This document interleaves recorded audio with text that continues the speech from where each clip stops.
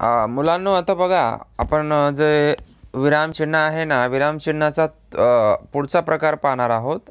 पुढचा प्रकार चिन्हामध्ये बघा आहे ते उद्गार चिन्ह. ठीक आहे. तर उद्गार चिन्हामध्ये बघा काय असतं. उद्गार मीन्स जो हमारे मुंह से निकलते हैं शब्द, और जब मुंह से कुछ बातें निकलती है ना, उसमें भी कुछ प्रकार होता है. उस हिसाब से देखिए क्या होता है की मनातील भावना आश्चर्य व्यक्त करणाऱ्या शब्दाच्या शेवटी उद्गार चिन्ह वापरतात. मनातील भावना मतलब आपके मन में जितने भी प्रकार की भावनाएं होती हैं, अभी भावनाओं में भी प्रकार होता है. उसमें सुख की भावना होती है, दुख की भावना होती है. ठीक है. तो उसमें से क्या होता है कि मनातील भावना, आपकी जो मन की जितनी भी सारे भावनाएं हैं, तो उस भावना को अगर आप बताना चाहते हैं तो उस शब्द के जो पीछे है वहाँ पे उद्गार चिन्ह का इस्तेमाल किया जाता है. फिर जो आश्चर्य व्यक्त करना रहा, आश्चर्य मीन्स आप किसी चीज़ से आश्चर्यचकित हो चुके हैं, तो उस आश्चर्यचकित शब्द के पीछे भी, उस शब्द के पीछे भी क्या किया जाता है, ये उद्गार चिन्ह का उपयोग किया जाता है. उदाहरण के लिए अगर हम देखेंगे वहाँ पे, तो उदाहरण के लिए देखिए वहाँ पे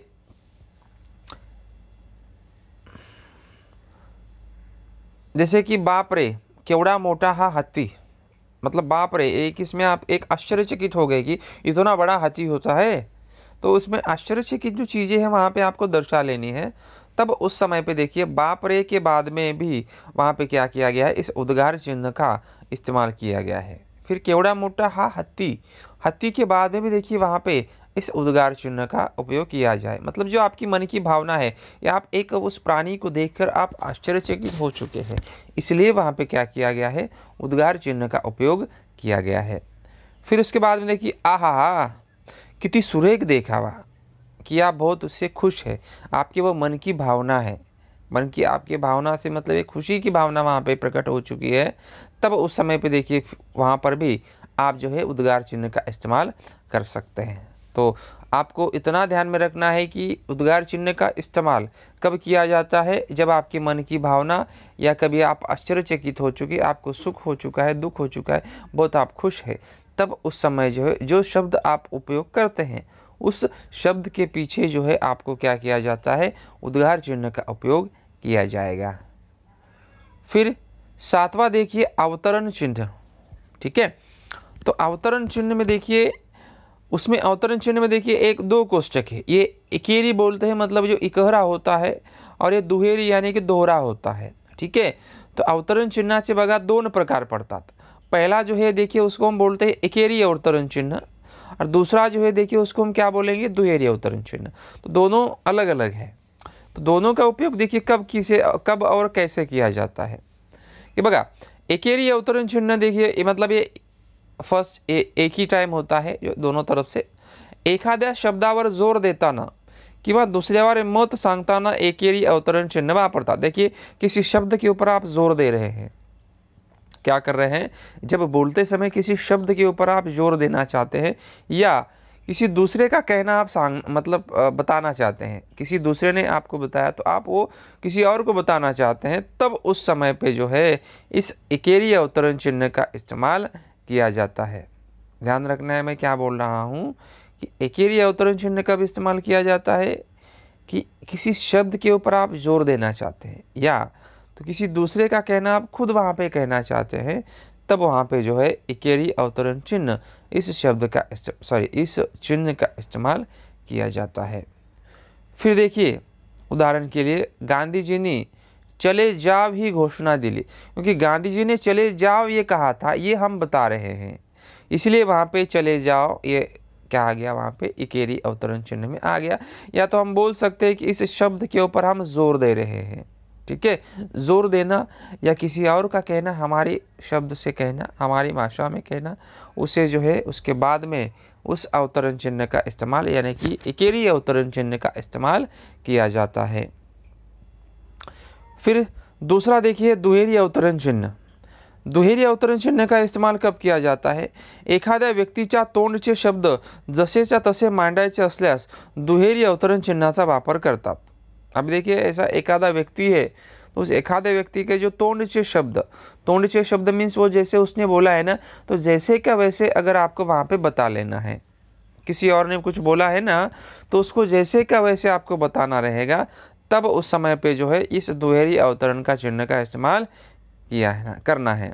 जैसे कि दिनेश म्हणाला मी आज शाळेत जाणार नाही, मतलब दिनेश ने क्या बोला, जो भी बोला है, तो जो बोला है उसके सामने उसके आगे पीछे हम क्या करेंगे, दुहेरी अवतरण चिन्ह लगाएंगे। क्योंकि दुहेरी अवतरण का अर्थ ही होता है कि किसी और का बोला हुआ जैसे का वैसे किसी के सामने बता देना कि दिनेश ने वो बोला कि मैं आज स्कूल नहीं जाऊंगा, ठीक है। तब उस समय पे देखिए क्या किया जाता है, दुहेरी अवतरण चिन्ह का इस्तेमाल किया जाता है। आगे फिर है देखिए वहाँ पे संयोग चिन्ह। संयोग चिन्ह क्या होता है, दोन शब्द जोड़ताना संयोग चिन्ह वापरतात। दो ऐसे महत्वपूर्ण शब्द होते हैं जिसको हम अलग नहीं कर सकते, उसे एक साथ लिखना बहुत महत्वपूर्ण होता है और लिखा ही जाता है। तब उस समय जो है देखिए संयोग चिन्ह का इस्तेमाल किया जाता है। या जो दो भाग होते हैं अगर एक साथ नहीं बैठते हैं, तो अगर उसको यदि अलग करना है तो भी वहाँ पे संयोग चिन्ह का इस्तेमाल किया जाता है। उदाहरण के लिए देखो आई वडील, किंवा लिहिताना ओळीतील शेवटचा शब्द जर बसत नसेल तर त्या दोनचे भाग करताना संयोग चिन्ह वापरतात। यदि कभी देखिए हमारा देखिए लाइन खत्म हो जाता है, शब्द वहाँ पे अगर नहीं बैठता है, हमें उसको जोड़ना है, तब उस समय पे देखिए क्या किया जाता है, इस संयोग चिन्ह का इस्तेमाल किया जाता है। यानी कि दो शब्द जोड़ताना, दो शब्द को जोड़ना है, तब उस समय में आपको वहाँ पे ऐसा डैश, मतलब जिसको हम संयोग चिन्ह बोलते हैं, वहाँ पे लिखना होता है। यदि आप सेंटेंस लिखते हैं, अगर लाइन आपका पूरा पेज भर गया है, तब अगर नीचे लिखना है तो डैश दे के वहाँ पे इस संयोग चिन्ह का इस्तेमाल करके आप उसे जो है पूरा कर सकते हैं। फिर देखिए उदाहरण जैसे महाराष्ट्र हे खूप मोठे राज्य असून महाराष्ट्रात वेगवेगळ्या प्रकारच्या बोलीभाषा बोल डैश, क्योंकि यहाँ पे मान लो लाइन खत्म हुआ है, तो जो बोल के बाद में डैश देखिए वहाँ पे ल्या लिखा जाता है। तो उसका कहने का मतलब कि ये बोल और ल्या दोनों को वहाँ पे जोड़ दिया गया है, बोलल्या जातात, फुल स्टॉप। तो कुछ इस तरह से ऐसे उसके उदाहरण हो सकते हैं। फिर आगे अपसरण चिन्ह, ये संयोग चिन्ह हो गया, तो उसके बाद में देखिए वहाँ पे अपसरण चिन्ह है।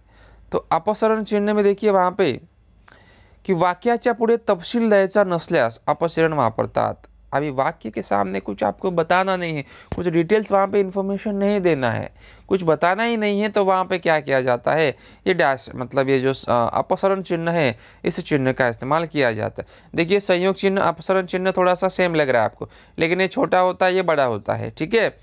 तो वाक्याच्या पुढे तपशील द्यायचा नसेल, तो कुछ डिटेल्स में वगैरह कुछ वहाँ पे नहीं बताना है, तब उस समय जो है इस अपसरण चिन्ह का इस्तेमाल किया जाता है। जैसे कि महाराज तुमचा राजवाड़ा जळून, अभी आगे कुछ नहीं बताना है, डिटेल्स में नहीं बताना है, ठीक है। तो उस समय पे देखिए क्या है, ये अपसारण चिन्ह का इस्तेमाल किया जाता है।